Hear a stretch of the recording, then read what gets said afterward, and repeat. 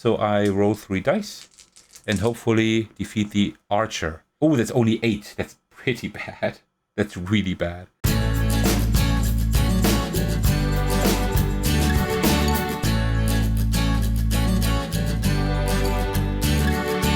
Hey everyone, this is Thecos, and I'm really excited to bring to you today my playthrough of Dungeons of Doria.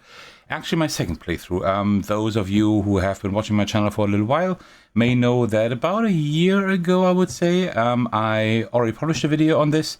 That was actually the first video with my new camera setup that I'm using now at the moment as well.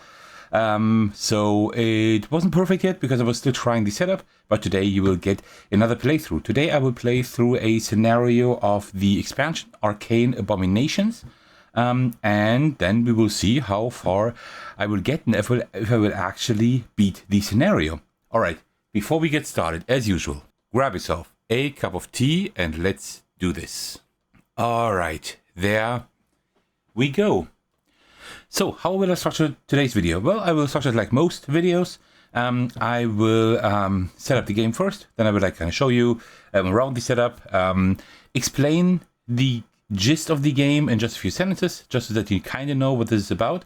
I will not go into details regarding all the rules. I will explain a few things as I go, but I have already published a playthrough on this on my channel, so I don't think I need to go too much into detail. I will just explain like a few things as we go. But before we do all of that, I quickly want to show you something, because this looks like the regular Dungeons of Doria box. It is, but I have extended it with the expansion box to fit everything in here. Now, it's like that Dungeons of Doria has 2 inserts that come with it, but I have removed the top insert. Let me just show you how I sorted that, because I think that is actually pretty cool. So here at the top, I have some of the important rules, just the book of rules, and also the additional rules for the expansion. Not too many rules that actually I added. It's just like more stuff and more scenarios and campaigns. Then here I have like a cheat sheet and a rules summary. That's like 12 pages here that like summarizes pretty much everything you need to know about the game. I made this myself. And then I have another game box in here. Because this usually there would be an insert here on top, but the insert didn't really house the components the way I would like to, because I want to get this like fast to the table. So I added another game box here. Doesn't matter that it's the boss battles expansion for Keep the Heroes Out. It just fits perfectly in there. That's why I took it. And here I have like everything that we need. We have like the 2 double-sided boards here for the initiative, the new one, the old one. Then here in the bottom left, I have the magnetic tile holders. We will be using those also for in today's game. Then here I have all the stuff that I need for setup, like for the characters and everything, for like setting up your characters. I have these little baggies here where I put like sorted like the enemies into categories, like magic constructs, for example. Then we have the dark mage, alchemist, shapeshifter, and golem in here, for example. Here we have like the green skins and brutes, like goblins, orcs, ogre trolls, shamans, archers, and spear throwers, things like that. Also, I do have a few boxes here at the bottom. And then I also have like 2, I like just took like 2 Date of Merchants boxes here of the base games to have like the tokens in here. Because the tokens are double-sided, but they don't always have the same stuff at the back and front. And that's what's kind of difficult to put them like in like any other way. So like this, I can like rummage around and find the tokens that I need, and this one goes into that box actually. So that's like how I sorted that. And then if we go into the main box again, it's like pretty much the way it's intended. Here are all the item cards, and then here are the monster cards. They don't all fit in here, so I have a few on the side. And then here are the character boards, and then like all the other stuff. I do have like 1 pencil in here. I want to add a few more pencils, like small ones with a rubber, with an eraser at the end. So I still need to find those. Then I can put them in here. And here I have a few extra standees, like bases in case I need them. And here are like all the character sheets and those things. But that's not all, because I have extended this, as I told you, right? So if we actually take this out here, the main box, then you see at the bottom here, I do have like the character boards that come with the expansion down there, and also have like all of the other rules, scenarios, and things like that. So yeah, with this sorting system, I'm pretty happy. I think it's still not perfect, but I think it's pretty good. All right, Now, let me start setting up the game.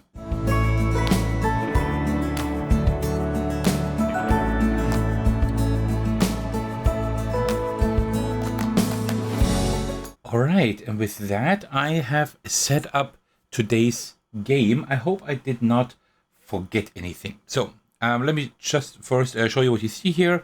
Then I will say one or two things about the rules, and then we can get started with the playthrough. Just use the timestamps in the description below if you want to jump to a different section. Alright, so here is what's mainly happening. There's the dungeon we're exploring. We're starting down here. It's kind of hard for you to see, but I hope you can see the red base. That is me. The guy here on that blue rune, which you can also hardly see, that is the Dark Alchemist. I will get to that in just a moment, but we need to defeat him at the end, but we cannot yet. First, we need to explore the dungeon a little bit more. Then here we have the dice that we need. The red ones are our regular dice that we need for all kinds of stuff. We can also use like white dice in case we can roll more, and the black ones are usually used for the enemies. Then we have here the deck, or the dungeon deck, so to speak, with all the dungeon tiles, or cardboard tiles. So for this scenario, I needed to put some specific ones in specific positions. The rest are random. So let's see what we will explore here. This is the monster deck. These are the reference monsters in alphabetical order, at least for level 1. Whenever they level up during the scenario, which can happen today, then I will get the level 2 deck. This is just for the reference that we know like how much HP, damage, and whatever the monsters do. Then here on the left, I just have like my token trace.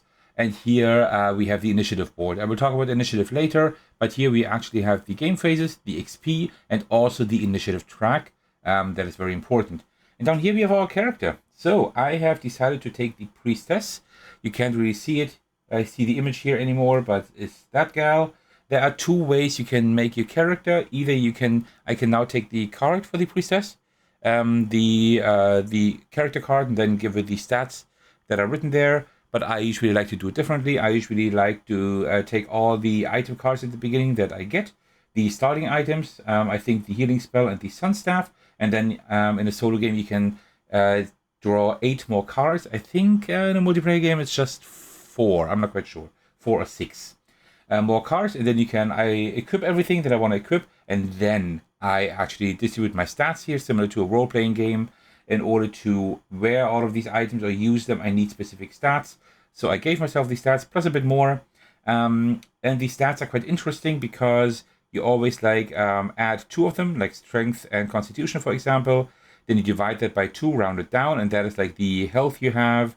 For agility and perception, that is the initiative you have, and for wisdom and psi, it is your I think psi points they're called, that you have. Also, there are modifiers on the gear, so I get -1 initiative and +3 psi points. It is like how the game works a little bit differently, whether you play a scenario or a campaign. We play a scenario today, that means we level up faster, but the enemies do as well. Also, because I'm playing a scenario and I'm playing solo and everything, I don't only get more gear than usual, but also I can take one of these hero bonuses here, and I took the initiative die, because I have a very low initiative of 5. That is really, really low. So I will be able to roll 3 dice for initiative. I hope I don't forget. Also, when you get the base game of Dungeons of Doria, a few things look a bit different. Like some of the tokens look different, and also the board is a different one. But also, in the base game, you only have these character sheets. So you have like small tokens that you can push around here, or you can write in the current stats that you have. But when you have the expansion, Arcane Abominations, which I highly suggest, because you get like more scenarios, more campaigns, and also you get more monster types, which is really cool, and more gear and stuff, loot. You just fold this, and then you have like this character board here that is like double layered here on the left, and then you just fold this in half and put your character sheet in here. Very cool idea. Also, I will have to give myself 8 HP and also 13 psi points, which is a lot, but I also need that. All right, a little bit about my build here. So I just had to work with whatever I drew first. Let's see what other loot we get during the scenario. Maybe I can like build in a different direction then. But at the moment, I'm going to like a more magic-focused build. So I do have the ball of ice here that does quite a bit of damage. That is pretty good but it's also like a water element that might not work for every enemy, but it does 2 damage, which is a lot. If I ever can't use that because I don't have side points left anymore, or because the enemy is resistant to water or whatever, then I can just go in close combat and use the Sun Staff and just whack the enemy. Also, I have a healing spell here, and then I have like a little bit of armor here, which with which I can soak damage. One thing I should mark here is that I have +1 defense. I think that is important to note. Let me just put that somewhere where I don't forget. Maybe here? I hope I don't forget here. Also, just realizing it really doesn't make sense to have the Sun Staff here, because I also have the Bullwhip, which is also a weapon that doesn't consume side points, but I can use side points to disarm the enemy if I want to, and also it does not do more damage, but it does more, I roll 1 more die. So actually I think this one is better to have, and it's also ranged. So I think I will do it like this.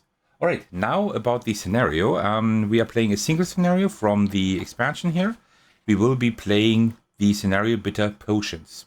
And you can also play the scenario as these scenarios as a campaign, but not solo, really, because at least not true solo like I'm playing right now, because some of them need at least 3 players. Okay, Bitter Potions. For weeks, magic potions started to spoil shortly after being produced. The local priests, healers, and alchemists are in despair and don't know what to do. The powerful guild of thaumaturges has tasked you with finding the cause and fixing it. Several days of investigation brought you to an alchemist relatively new to the city. As you secretly sneak into his vaults, you quickly realize that he is well guarded, and the intense fumes will render your own potions useless in the blink of an eye. Put an end to these dark operations. Okay, so what is essentially happening here is we now snuck into the lair of the alchemist. We are starting down here, and we now need to explore the dungeon. We need to explore all of the 8 tiles around the alchemist, and then these blocked doors here that I put here, these will then be opened, and then I can actually go in and defeat the alchemist. That is what I need to do. There are a few extra rules here. For example, usually in Dungeons of Doria you can explore the entire dungeon. Here I can only explore these 8 tiles. So whenever there are exits extending beyond these 8 tiles to the outside, I just treat them as walls. So we will only have these 8 that we need to discover, including that one here. There is one thing: the alchemist can attack me through these doors, as long as there is line of sight. And to see whether there's line of sight or not, I have this really cool tool that Knipser, you may know him from Spiel last year. He showed this to me because he owns it. With that, you can actually do the line of sight here. Isn't that cool? I don't know how well you can see it on camera, but it's very, very cool for determining line of sight. So really cool tool here. Okay, and it's actually helpful. It's not just something to play around with. It's actually useful to see line of sight instead of it taking a rule book or a ruler or something. Okay, so about the rules, just very quickly, just a few sentences, and then we get started with the playthrough. Essentially, we have the game phases here. We always get new shop items, and then we roll for initiative. We track, and then we add the initiative we have here to the roll, whatever I rolled. I can have a maximum of 40 initiative. I put my marker wherever the initiative is. And also I have to put the initiative marker there for the enemies as well. Which reminds me that we also have to, of course, put the initiative there for the Dark Alchemist, because he can attack us through the closed door. Put him right here, and he has an initiative of 5. It is always that character's turn, whether player or enemy, that has currently the highest initiative. And then I do my actions. There are several actions that I can do. All of them cost initiative. Using weapons, just using stuff here costs initiative.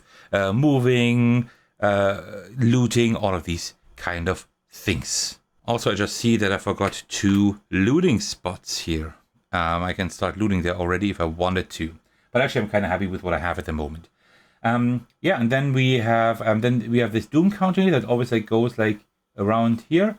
And oops, that was not intended. And whenever it hits one of these red spots here, then all monsters get an extra activation. If there are not enough monsters here in the dungeon, which need to be in a solo game at least 1, then I will spawn a new monster, always here at the entrance, but there will always be the Dark Alchemist until I win, because I win the game immediately as soon as he's defeated. Whenever it goes to that orange spot here, the Doom counter, then the monsters level up, which is not good. In the campaign, it's a little bit different, but we are playing a scenario today, so that is fine. By the way, if you ever want to see a campaign of this game, let me know in the comments. Depending on how many views this video gets, like how much you actually like the video, how many people actually watch it, I might also film a campaign at some point. One last thing, like the round marker, like always that goes like one spot further per round, of course. And whenever it hits one of these green spots, I get another bonus. Remember this hero bonus I took at the beginning? There are more bonuses that I could take. I would probably then boost my attack, power, or hit chance. Okay. These are the main rules. The rest I will explain as I go, pretty much. So, let's start with the round marker +1. So we are now in round 1. I always want to try to explore explore a new room each round, because then the Doom marker only moves 1 instead of 2. Because we don't want the Doom marker to go too quickly. Maximum up to like 1 time over the +1 level. If I get it the second time over this threshold, then I will be in trouble. Then we always draw new shop items. How that works is that we have 3 stacks of shop items. I just leave them in the box. So as you can see, I have them in the box here. So I will always draw them from there. You just have to trust me there. And then I take like 1 card from each stack, and I put them right next to each other here. So these are shop items that I can buy at the end in phase I. In the last phase. This is like, you can see this as like a pocket dimension, like where I can like reach in and like trade at any, like wherever I am, right? There are no like fixed shops here or anything. Okay. And with that, we can continue. Then we have the roll for initiative phase. So I roll 3 dice. Usually you roll 2 dice. I can roll 3 because of that hero bonus. And it's not too bad. Well, that extra die doesn't do anything. So this is like 14, 15 plus the 5 that I have. So I have an initiative of 20, which is not great, but it's okay. And now we have the action phase. Now we always check who has the highest initiative, and that person goes. So I think I will not loot for now. I can always go back if I wanted to. I think I will move 3. That's 1 action point per movement. And then I will explore. Explore is always 0 action points. It's free. But the door needs to be, I need to be right at the door. The door cannot be blocked like these here. And also I have to like interrupt my movement. So I cannot like continue moving. I have to do like a new action after that. That is relevant if now there were a monster with 18 initiative. I don't think they exist. But just for sake of this explanation, then they will now act. Because there will be monsters now appearing most likely. So we draw the next tile from the stack. And then we always have to put it in such a way that there is like a doorway actually connecting to mine. You see now, this is a large room. A large room means here are no walls.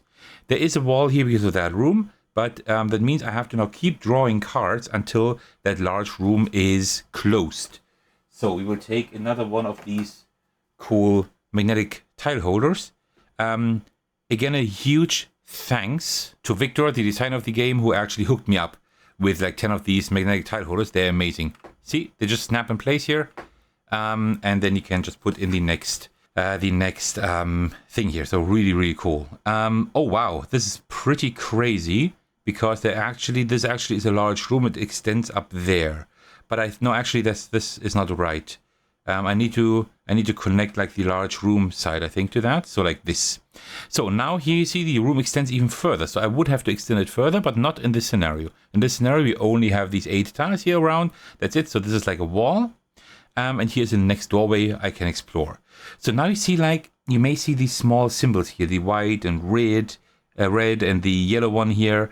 This is like where monsters spawn. Depending on player count, for me, only the white ones count. So what I will do now is, I will draw from the monster deck 1 card for the left one here. That is a mercenary. So that mercenary will now spawn. And here on the right, an archer will spawn. So there are a few steps to do that. First of all, we take these standees. You cannot see them very well from the top, but you will just have to believe me which ones they are. I will try to narrate that a little bit. So we have the mercenary here and the archer over there. I'm right here. And then we look for the cards here. So we need the archer, which is right here. And then we have the mercenary, which is right here. You always take a look at the base, which color that is, and that is the initiative token that you take. So we have like a blue one for the archer and also a blue one for the mercenary. So let me just take one out here. The mercenary has an initiative of 8. Oh, that is pretty high.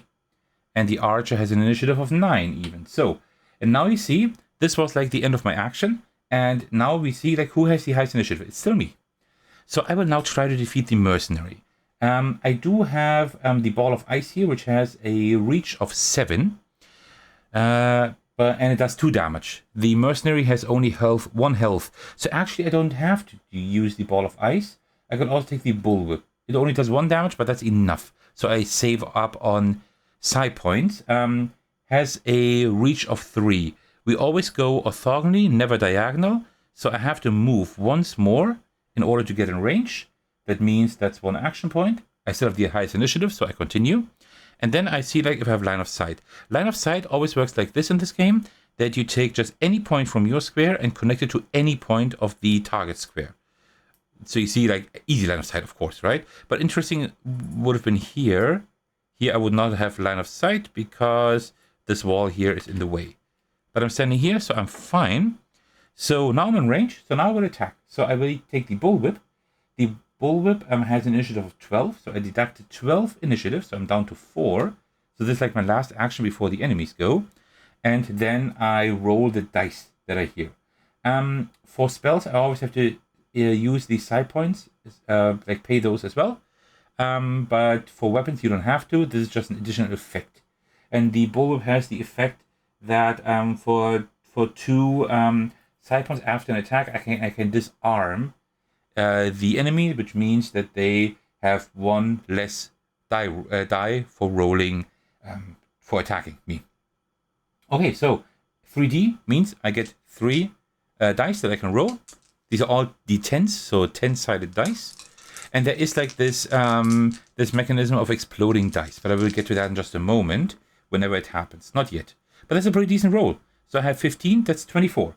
There's no modifier there. Sometimes it says like here, 3D plus 2, but it's only 3D, so it's just those 24. And now I look at the enemy, at the mercenary, under defense. It is physical defense, not magical defense, because I'm actually like doing a physical attack. So he gets 2 dice plus 1. So we just add 1 to the roll. That's 9 plus 1, that's 10. But I have 25. That means I have more. That means I do that 1 point of damage. And for each 10 above that is a critical hit. I do 1 more damage. I am more than 10 above his roll, so I do 2 damage. So that means the mercenary is gone. So I defeated the mercenary, which is great.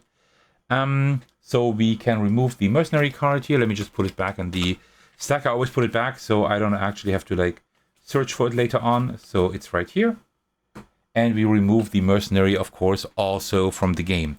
So now 2 things happen. First of all, I do get 1 XP. That is important later for leveling up my stats here. And also I get 1 loot card. So I just take any of these, go to any of these 3 stacks that I showed you and turn over the loot card. This is a Thorn Shield. Usually if I want to equip something that I have here, I need to pay action points to equip something or change like things around here. If I loot something, I can equip it immediately or throw it to another player, which doesn't work because we don't have any other players at the moment. It's just me. And the Thorn Shield is not too bad, but I don't think I will use it for now, so I will put it here. It's also possible that I draw a trap as a loot card. Then I have to resolve that trap. Usually these are bad. Okay, so we remove the mercenary, which was initiative 8 from the initiative board, from the initiative track. So now we check the highest initiative here has the archer. So what the archer does, the archer has a range of 6. So he will move, he will use as many action points as he needs to get in range of 6 to me. So 1, 2, 3, 4, 5, 6. Here he would go. So that's 1, 2, 3, 4, 5. So we would have to spend 5 action points. That's just like so that we know. That's why the action.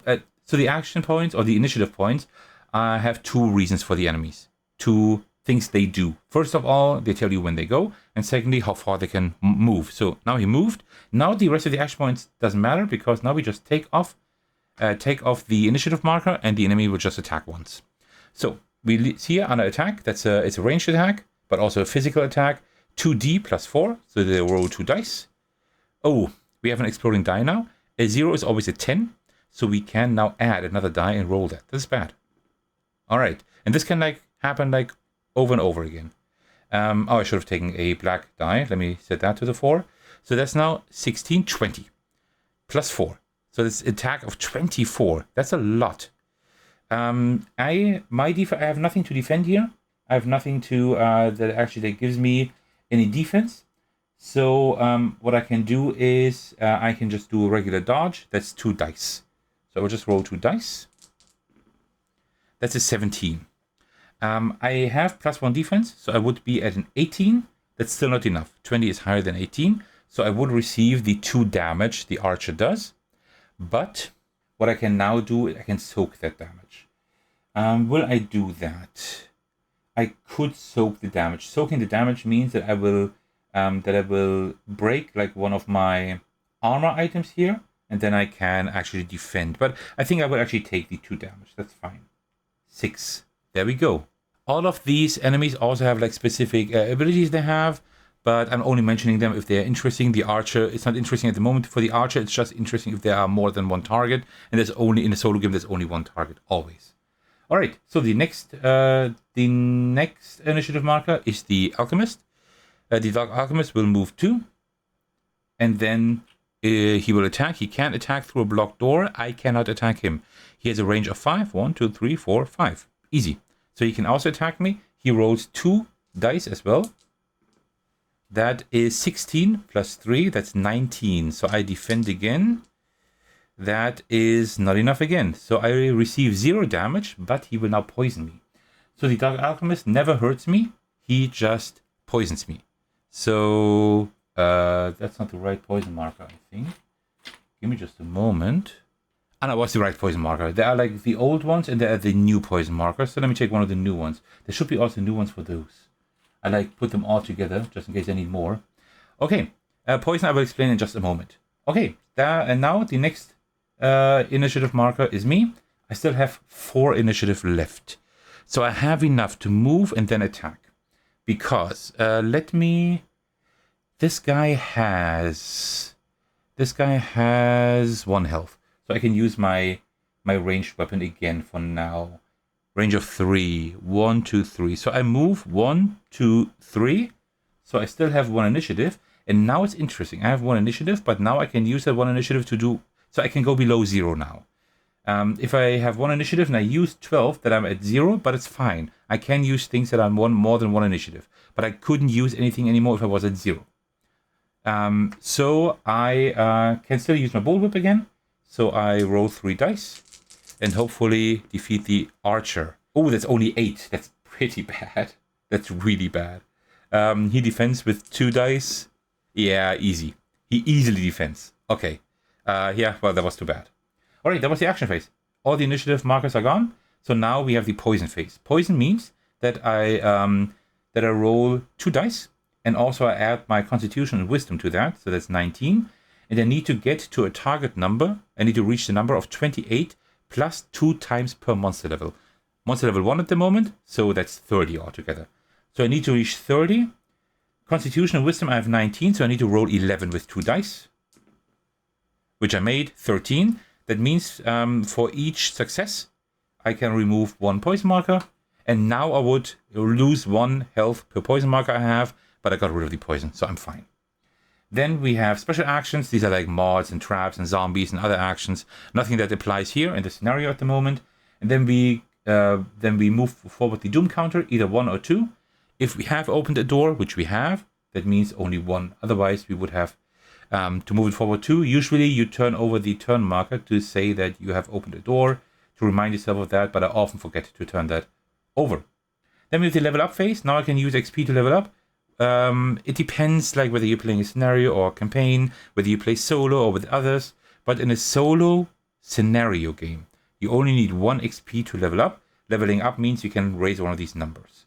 But I will not do that at the moment, because in the solo game, in a scenario game, you do have the option of spending 1 XP to ignore to ignore like one Doom counter advancement if you haven't opened a door. So instead of 2, I can only move the Doom token once if I spend 1 XP. I don't need any XP at the moment. I don't have any weapons that I really want, although that belt here is pretty cool. But at the moment, I don't need anything really. I might want to raise my constitution by 1 at some point, because then I can equip that belt, but I'm fine for now. So I will save my XP. And then we can buy or remove shop items. It works like that now I can buy items. And how the loot and purchase like shop system works here is like really amazing, because you see down here the price of these items. And I don't have like money per se, I have money as in items. My items have also money down here. So if I want the skull belt, costs 3 coins, I have to discard another card that has like 3 coins down here, or 3 cards with 1 coin, or 1 card with 2 and 1 with 1 coin. You know what I mean. So you actually never have like any money or anything. You just like trade in items for other items. Really, really clever system. But we can also remove cards. But these are like these are like really strong spells. I don't know if I can ever, I think I will never have 10 levels. But let's leave the Earthquake and the Tornado Blast in there, because they're both really strong. I might want to use them later. Okay, and with that, we are done. Now we go back to Game Phase A, Round Marker, Advanced. We get new shop items here in case there are not 3 there anymore, but there are still 3. Then we roll for initiative. I roll 3 dice. Oh, that is really bad.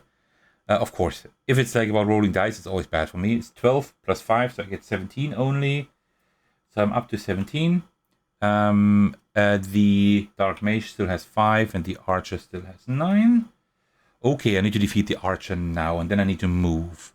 I need to move out of the way of the Archer, of the Alchemist, because he will continue doing damage to me. But if I attack first, then it's gonna be the Alchemist's turn, right? No, actually not.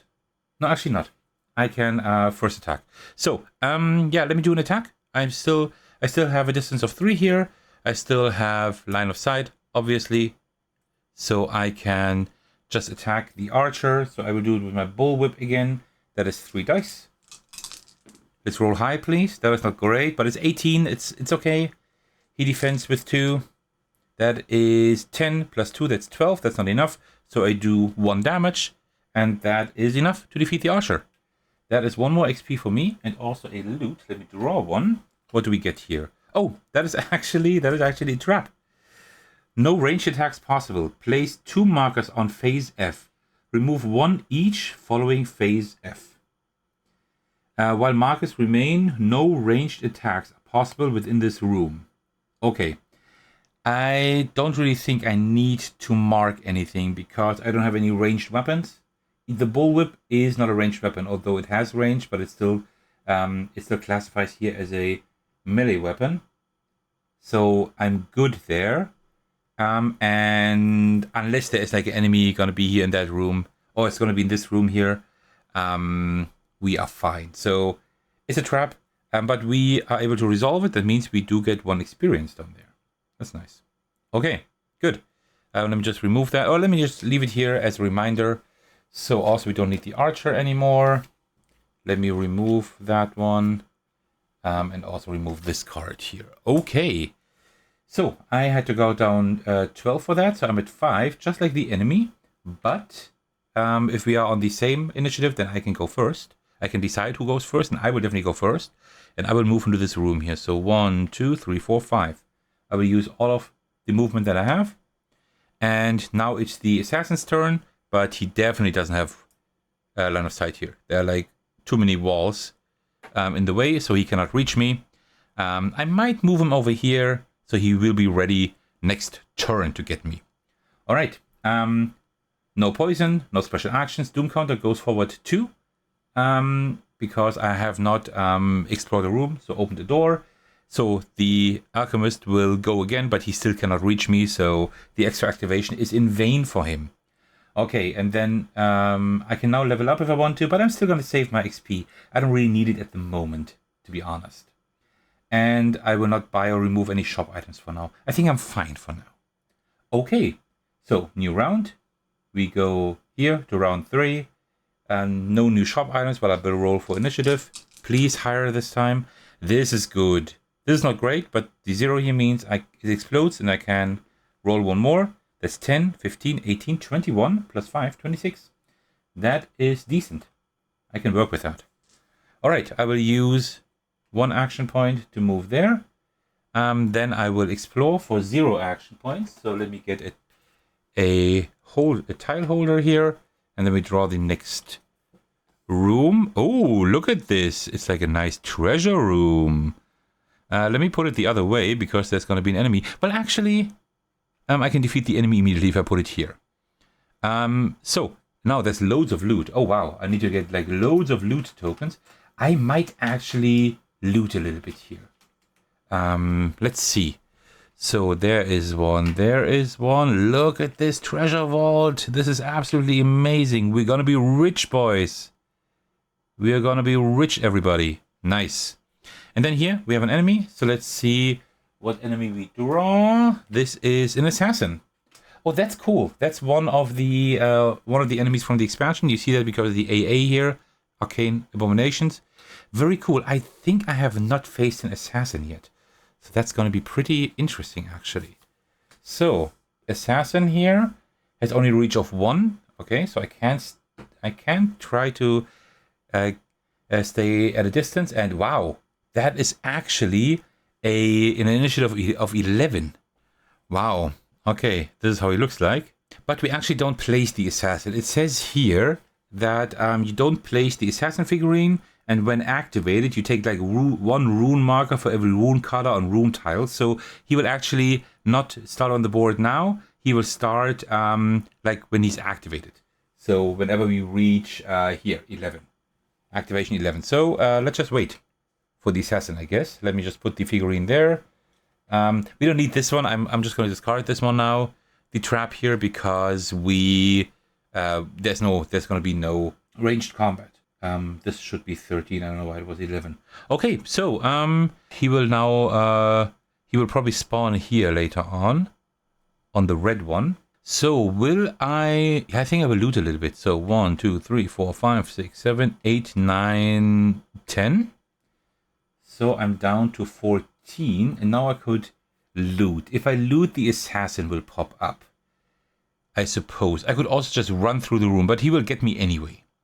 So I do think I will loot. So you can loot with 1 or with 5 action points. If you loot with 1 action point, you just draw a card. If you loot with 5 action points, you draw 2 cards and keep 1. That is important because first of all, you do have like then a choice which item to keep. But also it is important because if you draw a trap, you have to resolve that trap. But if you draw 2 cards and one of them is a trap, you can discard that one. Do I do a quick loot and then run through the room, or am I a little bit careful? I think I will do it like this. I think I will loot 1 time carefully with 5 AP. That means I will now draw 2 loot cards from any of these stacks. Oh, 2 side potions. Potions will actually be destroyed each turn in each phase F. That's one of the special actions thing here. So I would have to use it this turn if I wanted to, but I can't use it anyway. So I will just keep it, but it will be destroyed. The other one I will discard. All right, those were 5 action points. Now it's the assassin's turn. What I now do is, according to the explanation here, I haven't played with the assassin before, so it's kind of cool. I draw 1 rune tile for each rune that I can see here. So that is a blue and a red one. Yeah, that's blue and red. That's all. So here I have red and blue. So I'm just going to turn those over and then I'm going to shuffle them up. So I don't know which rune is where. I seriously don't know. And then I will draw one. And this is like where the assassin will spawn. It's on red. All right. That, of course. So he will spawn right here. So now the assassin goes because he has like 11 here. And then he will disappear again. So I will have to defeat him this round. Okay, so he will attack me. So he will just move 1 towards me. And then he will attack me. He attacks with 2d plus 5. So that is... Oh, no. That is exploding die. Ooh, that is pretty strong. That is 5, 10, 20, 29. Oh, I'm not able to withstand that. For sure not. No. Oh, that's just a 4. 29. Wow. That means he is even like 20 higher than me, and he does 4 damage. He does 6 damage now. I have to block that. So I will break this one here, the leather set. So what we do is we take like one of these broken markers here and put them on here. But I blocked 5 of the 6 damage, so only take 1 damage. Wow, that's pretty bad. Okay, it's my turn now. Before he vanishes, I will have to defeat him. So I will take my ball of ice. That is 3 dice. And let's see what I do here. That is 666. That's 18 plus 2, that's 20. Okay, let's see if he can defend that. 8, 15, 18. He is not able to defend that. So he receives 2 damage, and with that, he vanishes again. Okay, I defeated him.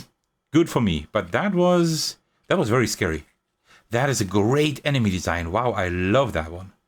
That is a really annoying and strong enemy. It's absolutely horrible. I love it. Alright, so I will get 1 XP. And also I will get a loot card. That is the Staff of Earth. It's not too bad, but it's not as good as the stuff that I have. But I will just keep it. Like everything in your backpack is unlimited, so you can have like as much in your backpack as you want to. I already have like 6 things in here. Usually after a scenario I have like 10 or 15 items here, but it's good for trading later on. Okay, so that cost me all my initiative. So then we have poison. No poison. That's actually no wait. The alchemist still goes, and can he reach me? No, there's a wall in between, so he cannot reach me. That's fine. So we're done with the action phase. Now we go to the poison phase. Nothing here. Now special phase. All potions will be destroyed, and that's the only one I have, right? Yes. So let me destroy that one. Then we go to the doom counter. I have explored a new room, so it's only 1 activation here, and then I can level up. For this build, no, I wanted to have the earthquake maybe. I mean, I would now have enough XP to learn the tornado blast. That one is pretty strong. It is better than my ball of ice. It definitely is better. So I might have to take this one here. But it's like 20. But it's like way more expensive. It costs like 20 action points. That is absolutely nuts. I don't have that much initiative.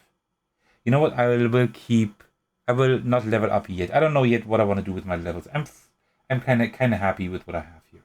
So I'm fine for now. Oh, by the way, I should have used 2 psi points for my ball of ice. Okay, then I will not. Will I remove? Well, actually, you know what? Let me remove some items here. This one is like really strong. I think if I want to level up high, then for the earthquake. But I don't think I will get to 10 experience points. I don't think so. But let's see, maybe. So we'll remove the tornado blast. And then in the next round, the round mark goes here, and we get new shop items. So let's put a new shop item here. Oops. Amber brooch cloth set. Okay, not too bad. I could also have that. That's not too bad. It also gives me like magic attack +1. I like that. I might want to take that. All right, let's roll for initiative. 5, 10. That's 19 plus 5, so I'm at 24. Okay, there we go. The alchemist is still at 5. I could loot a bit more, but I don't want to have like the longest video ever on my channel, so I think I will just continue. You know what? I have enough stuff here as it is. Here are some interesting things I can work towards, so I will just move 1, 2, 3, 4, 5, 6, 7, 8, 9, 10, 11. So I'm down to 13. And then I will explore the next room. Okay. So we need to explore 4 more rooms. 1, 2, no, 3, 4, 5. 5 more rooms until we can face the alchemist. So let's see what we have here. Okay, this is a room with a dead end, as you can see. And usually that's not really possible, but here in this scenario, it says like whenever you reach a dead end, you can put you can put like a hidden door here, like a secret passageway. So we take like this half-open door and put it right here. So we can now walk through there later on. Okay, so now I will turn this over because we have explored the room. And then we have to spawn an enemy there. So let's draw an enemy card, see who's there. It is a poltergeist.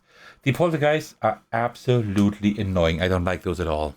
Not because they have a bad design, on the contrary, but because they are pretty hard to deal with. So this is a purple poltergeist. Let's just find the card here. Initiative 9. Because the poltergeist can phase through walls. So if you defeat the poltergeist, everything's good. But he can phase through walls as far as I know, and that is very, very bad. And also you can only attack with magic. It's fine now because I have a magic character. I have a magic spell. But if you play this and you don't have a magic spell, you are really screwed. Okay, so the poltergeist has an initiative of 9. It's a purple one here. Will spawn right there. Yeah, I will have to defeat you immediately, my friend. So I still have more action points here. So 1, I will move 2. And then I will use my bullwhip. Oh, no, I can't. No. I would actually move... Will I move 1 less? Does that make any sense? No, it doesn't matter at all. So I will just stay there, that's fine. And I will use my remaining action points in order to do the ball of ice for 2 psi points, because only magic attacks for the poltergeist. Okay, that's still 3 dice. That is... Oh, that's 15. That's 21 plus 2. That's 23. Okay, that's pretty good. Defend with 2. That's 3 plus 5. That's 8. That's more than enough. I do like 2 or even 3 damage. I think 2 damage. So the poltergeist is also history. Okay, good. Yeah, I need to get rid of them immediately, because otherwise they might hurt me too much. All right, 1 more XP. And I get a loot card. Let's see what I get. Telekinesis. I think I used that at some point. Can be used remotely for everything with 2 hands. Open doors, pick up treasure, or use weapons or other spells. That's really cool. You can do like a lot of things. Like I could open that door with telekinesis without standing there. That is pretty cool, man. I think I will equip that immediately. 8 agility, I have that, and 8 psi, I have all of that. That's great. Okay, so we remove that one again. The poltergeist is gone. Let's put him back into the deck here. Poltergeist, there we go. And then it's the Dark Alchemist who cannot reach me. So, bad luck, man. Okay, then we go to the poison phase, nothing, special actions, nothing, doom counter. I did explore, so only 1. We only move forward once. Level up. So, actually, let me think. I already have a belt. Can I have 2 belts? I guess I could. Because this belt isn't that amazing, but this one is better. Because this one... Oh, this one actually reduces my initiative by 2. But I get plus 5 to my normal physical attacks. That could be very helpful later on. So I think I would actually buy this one here. But for that, I need a constitution of 9. I only have 10. So I will spend 1 XP to raise my constitution to 10. Like this. And also I will remove the earthquake and also the brooch. But actually, the brooch isn't too bad. Oh, well, then I need to decide. Skull belt or amber brooch? Magic attacks plus 1, melee attacks plus 5. No, let's take the skull belt. I think it's better. So I will remove the earthquake. I will buy the skull belt. It costs 3 coins. Let me remove... Oh, what would I... The spiked mace. The spiked mace I will use to buy the skull belt. And then I can equip it here. Immediately like this. Okay, that works. I have 10 constitution now and I have 8 psi points.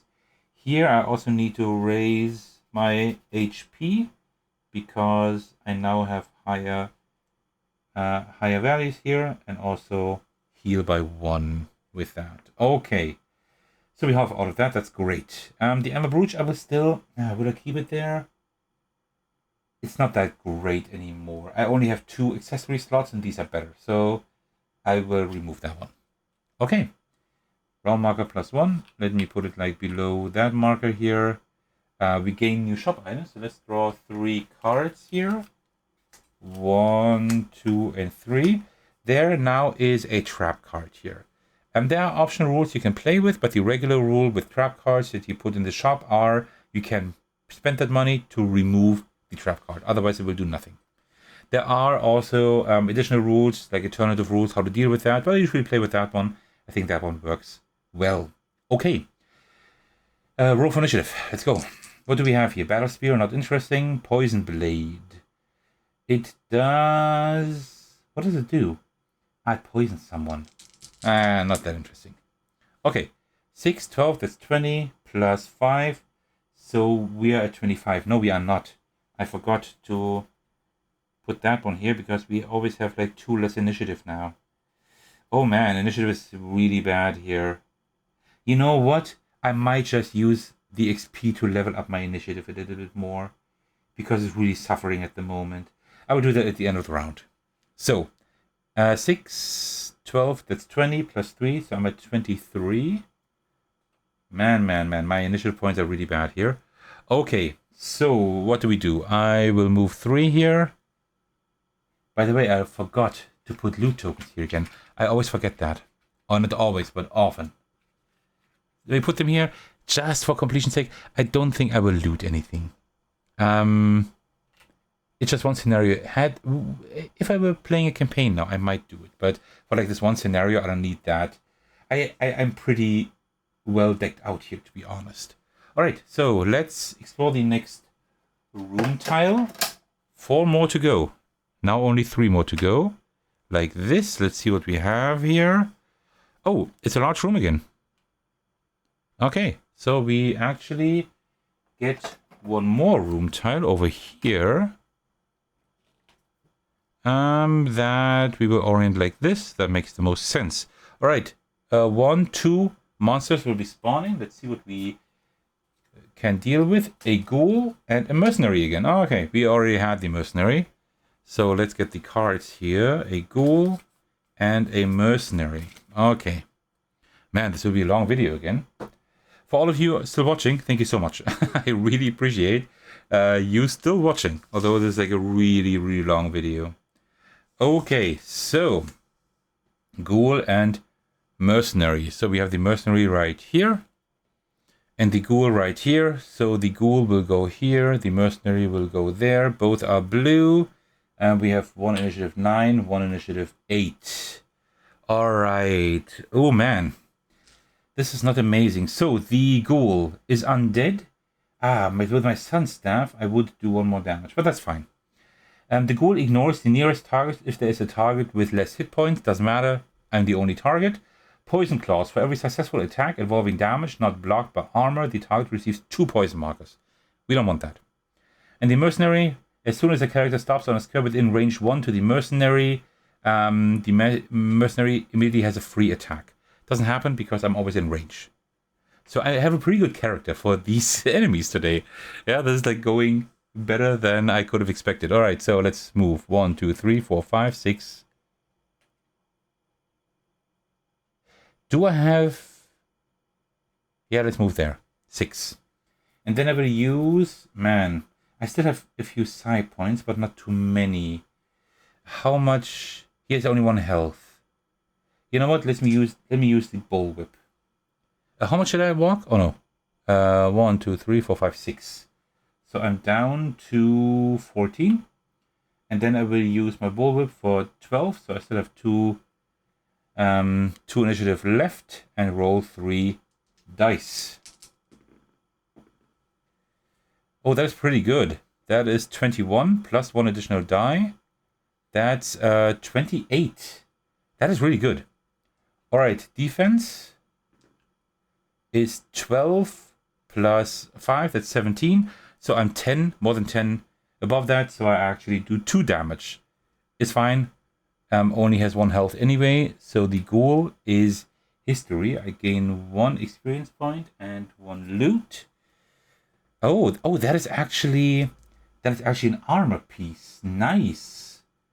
Let's see. This has Oh, this is really good. This one here is really good. It just has like strength 10, which I don't have. But I could get that. But I need more strength because there is like something like an encumbrance value here. And that means I should have a strength value of all armor pieces combined. And at the moment that would be 8, which I have, plus this would be 13. That means I would have to level up strength 5 times, which I could. With that I would have more health, and also I could have this here. Not too bad. I can't equip it at the moment, but let's see. Maybe later. Okay, so the mercenary, no, the ghoul is gone. That was the, oh no, that was the wrong initiative marker, like this. So let me remove all of that. The ghoul goes in here. And it's the mercenary's turn. So the mercenary will walk 1, 2, 3, 4, 5, 6. That works. Has still 2 initiative left and can attack me. With how many dice? 3 dice. Oh, that's a lot. 3d plus 3. Oh, wow. An exploding die. That's 10, 20, 23, 26. I will not be able to defend against that. No. 7 plus 1, that's 8. So he is 10 above me, but not 20, luckily. So he does 3 damage. Do I block this? Yeah, I block this. Yeah, let me block this with my skull belt. I will just have to repair it later on. So I only receive 1 damage. Oh man, this did not go too well. The alchemist can not reach me because there is... Oh, actually, one thing that I forgot. Like all of these 4 rooms, we also need to put like these secret doors there. Because at the end we need to be able to access the room when it's unblocked. So let me quickly fix that. So we have one here. We have one here, and we also have one here. So the alchemist can now hit me. He does have line of sight. Oh, does he? Yeah, I would say... Oh, actually, I'm not sure. Yeah, I think he would be able to just barely hit me. So he will attack me with 2d plus 3. Okay. That is 13. And I defend with more than enough. 18, 25, 26. Yeah, more than enough. So no poison. That's good. Okay. Then special actions. No. Doom counter. Only 1 because we explored a new room. Then we do level up. I think I will do that. I will spend my 5 XP that I have. And I will level up strength to 13, like this.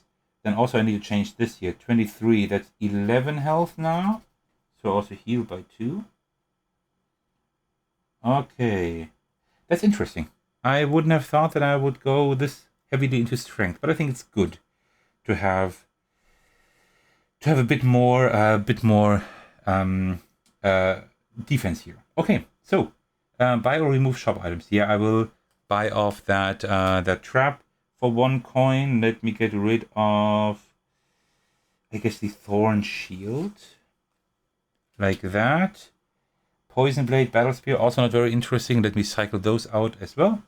And then we go to the next round. Oh, wait. I would still have an action.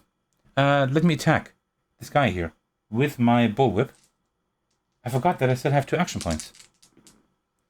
That is 8, that's 17, and he defends with 2. That is 10 plus 1, 11. He cannot defend, so he's gone. So I get 1 more XP and 1 more loot card. Okay. The magic spear, oh cool. That one does the same damage as my ball of ice, but costs more action points. Can hit another target on a square directly adjacent to the target. Oh, that is nice. I can actually hit 2 at the same time, which is not really interesting at the moment, but let me put it here for now. Very cool. Okay. So, and then we do that with the next round here. New shop items. Let's draw 3 shop items, 1 from each stack. Flamberge, not very interesting. Thunderstorm, Skill Potion. Skill Potion not interesting because potions always get destroyed here. The Thunderstorm does a lot of damage. I need 14 Psi, 15 Wisdom. Forget it. I'm not going to get this scenario. This would be great to buy in a campaign. And then I could, like later on in the campaign, level up. But not now. Okay, so and then we do our initiative again. That is horrible. That's 11 plus 3. That's just 14. That is absolutely horrible. So I will walk 1, 2, 3, 4, 5, 6. I'm down to 8. I will explore the second to last room. Yeah, and I also only have like 2 of these holders left anyway. I think I need more of these holders. So let's look at this room. Okay, let's... Yeah, it doesn't really matter how we orient it. I guess it all doesn't really work. So let's orient it this way, but we need to put a secret door here. Otherwise we cannot progress. Let me just find one. There we go. Like this. Let me also put like the tile here already for the last room that you will be finding soon. All right. Oh, 2 enemies actually. Oh, that is not great. Let's see which 2 enemies greet us here. We have a gargoyle with the drums of war. Okay, that's a modifier. But I drew the monster modifier first. So what you do is whenever you draw a monster modifier, it will be assigned to the monster that you draw after that. And this one here does, whenever this is activated, this monster, it will play the drums of war. That means all other enemies will move. So I should destroy that one first. So the gargoyle will be placed here. Let me find the card for the gargoyle. And also get a black token. Give me just a moment. There we go. And that is initiative 10. Oh, that's pretty high. So the gargoyle actually goes first before I go. That's bad. And then the next monster we draw is a dark mage. Okay. Why not? The dark mage has like a really cool design. I really like the dark mage. It's just not an enemy I want to have to face. Okay, dark mage has initiative 8. I can go before the dark mage. That is good. The dark mage goes here and also gets a black token on the 8. So right under me here. Okay. There we go. Okay, so it's going to be the gargoyle's turn now. So they now activate and all other monsters will move. So they will all move 1 square. So this one goes 1 there, I guess. And the gargoyle is a close combat, so needs to move 1 and then can attack me. So that is 2d plus 4. Oh wow, that's 60, that's 20. I don't think I can defend against that. I have 9. That is not enough. So I receive 1 damage more. I receive 3 damage. I can block this with this one. I will block it with this one here. So I receive 2 damage. Okay, it's not looking great. Okay, but now it's my turn. I would like to defeat the Dark Mage, but I can't go through here. The monster is blocking the doorway. There is a way to swap with the monster, but then it would be the Dark Mage's turn anyway. So I would just defeat the Gargoyle. Gargoyles can fly. And this one here has like lightning attack that can leap to several targets. Doesn't really matter now as well. The Dark Mage is absolutely horrible if you're playing a multiplayer game. Really, really bad. Okay, then let me attack the Gargoyle with my Bullwhip. That's 3 dice. Oh, that's not too bad. That's 23. And the Gargoyle defends with 2. That's not enough. That's only 12. So I even do 1 more damage. So I do 2 damage. So the Gargoyle is gone as well. That's really good. That was important. So let me remove that. Also, now I have 1 more one more coin that I can spend this market phase if I want to, but I don't want to buy anything anyway, so who cares? But I do get 1 XP. We return the gargoyle to the deck here, and I will get a loot card. Let's see what I get. I get Divine Sun. This one does a lot of damage, but I need 13 Psi and 11 Perception. Oh, wow, I have 3 Perception. Yeah, this is definitely something I would have to trade away. This would be amazing to work towards. This is really cool. Because, like, undead monsters receive 3 damage, and all, like, you, like, affect all monsters in the line of sight. That is pretty amazing. That is great. I think I had this in one of my playthroughs. That was absolutely strong. Like, really good. Okay, now it's the Dark Mage's turn, because I am done. The Dark Mage will, well, I mean, the Dark Mage does have ranged attack, but cannot attack around the corner, so we'll go here. And then attack with 3 dice. That's a lot.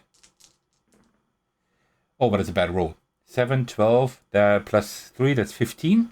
And I can defend with 2. No, actually, I can defend with 3, because of the Ball of Ice. I have, like, more defense here for magic. And that is more than enough.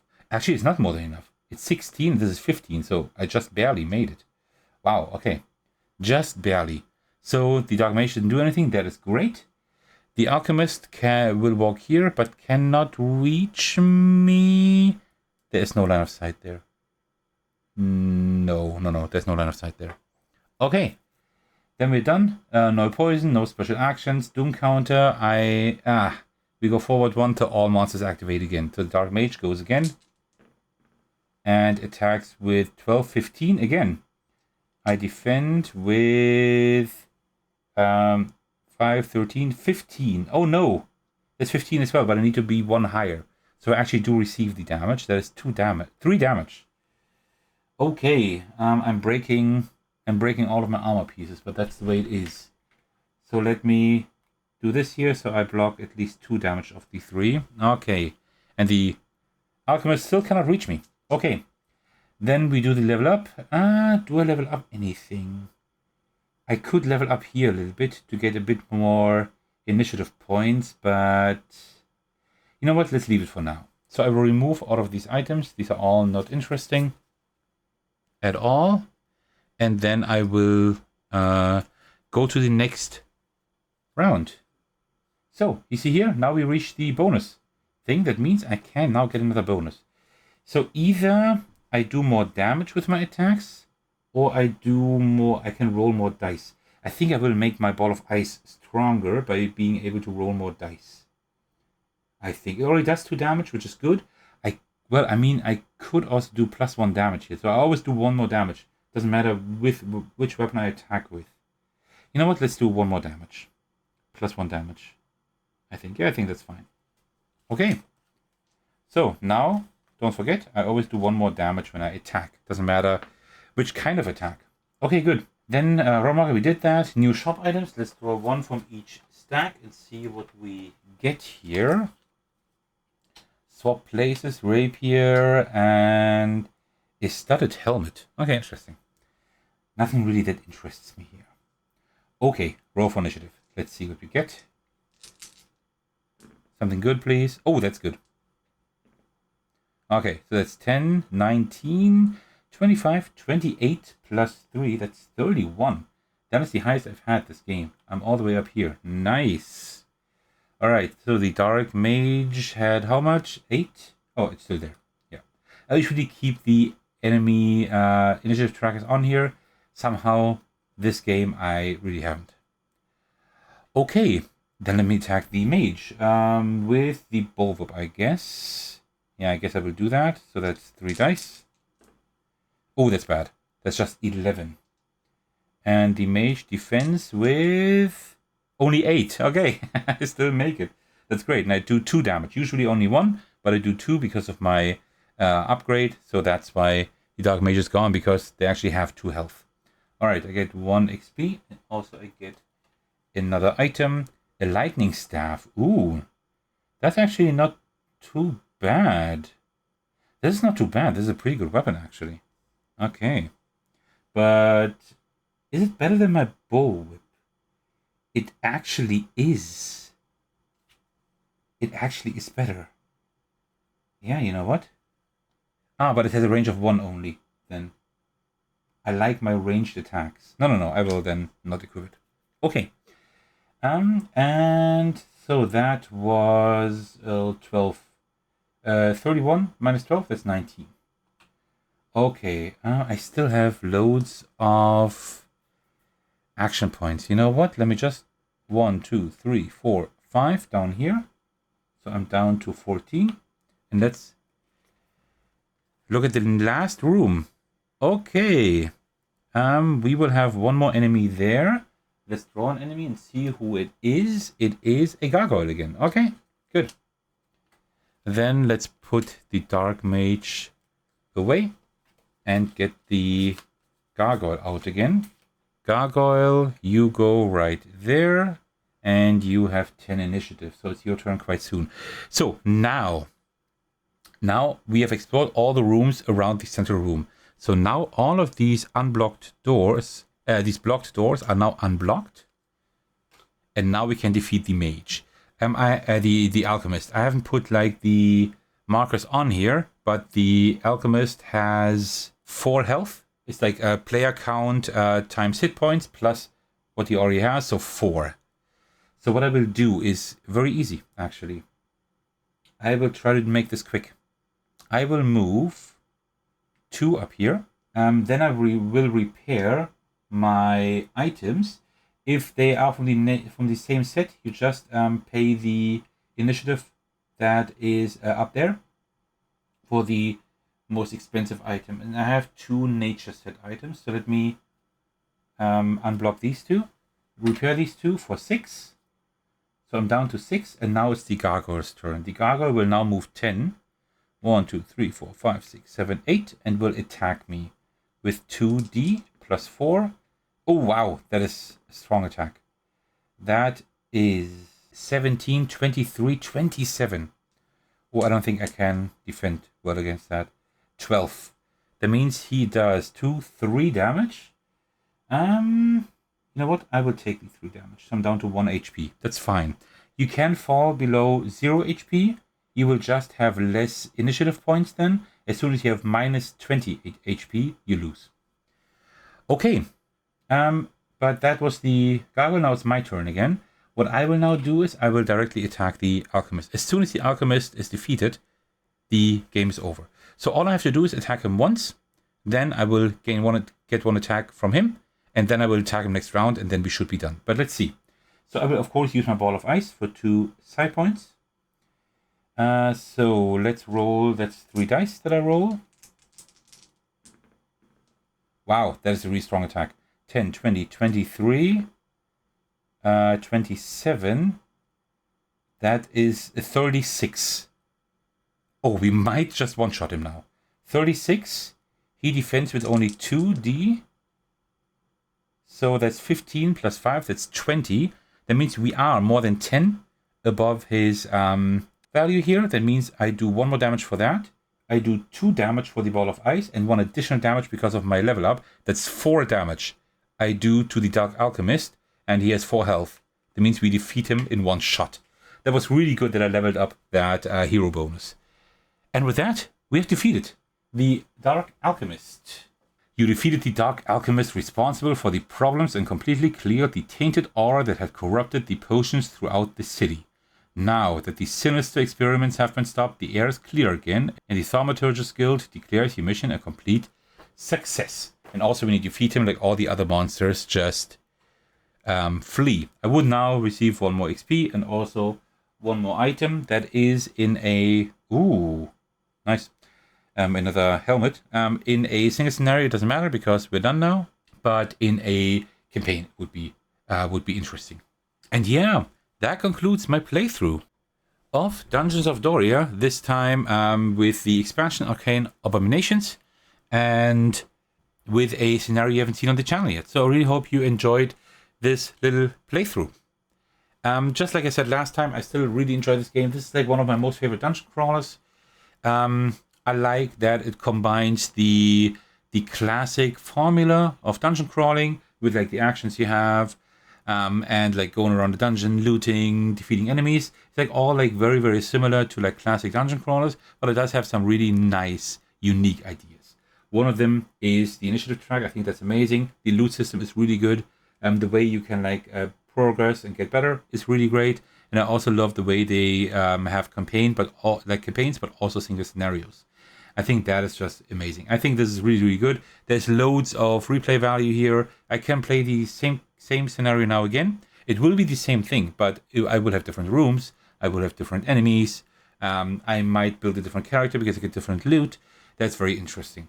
I also like the skill agnostic setup here, like loot system, because I drew a lot of spells now, and I wanted to go for spells, but had I only drawn close combat weapons, like my melee weapons, I would have been a melee fighter, because essentially you make your character depending on the loot that you get. You don't really say like, okay, I'm a mage, now I can only use mage items. No, you saw that I went into strength quite strongly, so I could equip my armor set here, which I never equipped, by the way, because it like costs points to equip it, and I didn't want to spend those points. I could have done that in the room up there, but I just forgot. But yeah, I like all of these things. So Dungeons of Doria is still one of my most favorite dungeon crawlers. It is right up there with Tales from the Red Dragon Inn and Cthulhu Death May Die, like right up with those two that I absolutely love. Well, that concludes my playthrough. I really hope you enjoyed it, and thank you so much for watching and for sticking to the very end, if you're still here, which is absolutely amazing. I can't believe that you've watched the entire video here. As usual, I would like to thank you all for your support, especially want to give a shout out to my generous patrons. The biggest thanks go to Thecos for supporting me at the highest tier. Thank you so much for that. I truly appreciate that. You can also support me by watching, liking, and commenting my videos, subscribing to my channel, support me on Patreon, and joining my Discord server to hang out with me and my amazing community. Alright, thank you so much for watching. I will see you in the very next video on my Discord server. Take care, everyone. Stay safe, and cheers.